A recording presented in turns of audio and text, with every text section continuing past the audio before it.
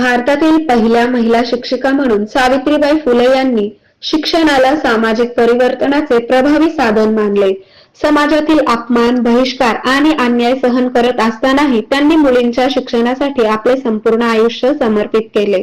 त्यांच्या या त्यागातूनच समाजात परिवर्तनाची नवी दिशा मिळाली आणि स्त्री शिक्षणाची पायाभरणी झाले, असे प्रतिपादन माजी मंत्री आमदार बबनराव लोणीकर यांनी केले. तहसील कार्यालय मंठा येथे सावित्रीबाई फुले जयंतीनिमित्त आयोजित करण्यात आलेल्या कार्यक्रमात माजी मंत्री आमदार बबनराव लोणीकर यांनी उपस्थित महिलांना मार्गदर्शन करताना सावित्रीबाई फुले यांच्या कार्याचा आणि विचारांचा गौरव केला. सावित्रीबाई फुले या केवळ इतिहासातील एक व्यक्तिमत्व नसून त्या आजही प्रत्येक जागृत आणि स्वाभिमानी स्त्रीची प्रेरणा असल्याचे त्यांनी यावेळी ठामपणे सांगितले. यावेळी अंकुशराव आवचार, बाबूराव शहाणे, सतीश निर्वाळ, गणेश खवणे, संदीप गोरे, नितीन राठोड, पंजाब बोराडे, राजेश मोरे, शेष नारायण दवणे, आनंद जाधव, डॉक्टर दत्तात्रय काकडे, बाळासाहेब तौर, सोपान वायाळ, जगदीश जाधव, सुनील कुलकर्णी, दिलीप राठोड, गट विकास अधिकारी संतोष गगन, पुणे गट शिक्षण अधिकारी गोविंद चव्हाण, के.जी. राठोड, के.सी. धुमाळ, शिवाजीराव देशमुख, यशोदा खंडागळे,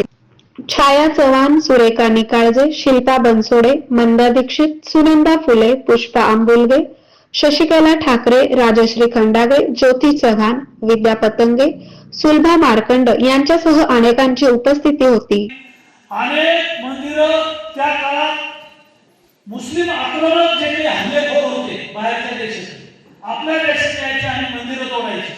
देवी अहिल्याबाई होळकरांनी त्या काळामध्ये जेवढे या देशातले मंदिरं पाडले, मंदिरं तोडले, त्या मंदिराचं पुनर्जीवन केलं आणि त्या मंदिराला पुन्हा दुरुस्ती करून तिथं मंदिरामध्ये देवाच्या मूर्तीची स्थापना केली.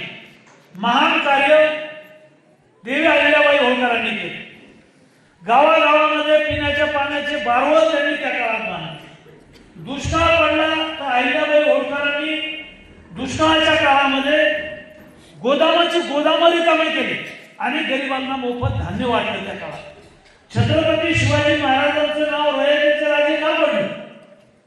म्हणजे जगात रयतेचे राजे असं कोणालाही पदवी नाहीये. जगात एकमेव होऊन गेले छत्रपती शिवाजी महाराज आणि त्यांना आजही काय म्हणतात, रयतेचे राजे छत्रपती.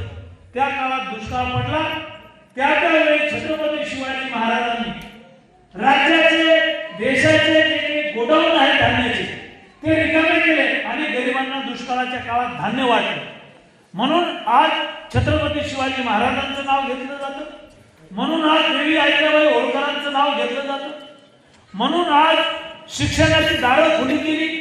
मुलींना शिक्षण देण्याचं काम छोट्या कुटुंबातून क्रांतीज्योती सावित्रीबाई फुले यांनी सुरू केलं आणि ते काम आपल्याला अखंड चालू ठेवायचं आहे.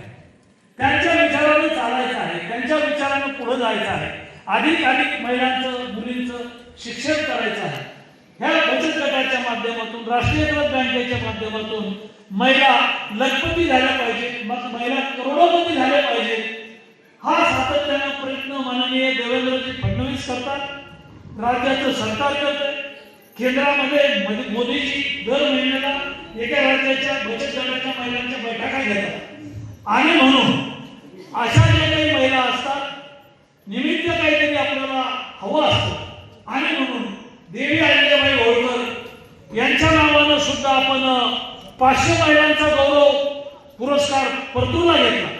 एवढा 500 महिलांचा पुरस्कार मंठाला झाला आणि 3,000 महिला या कार्यक्रमाला होत्या. परतूर, मंठा, नेर, शेवली म्हणजे मराठवाड्यात किंवा राज्यात आपल्या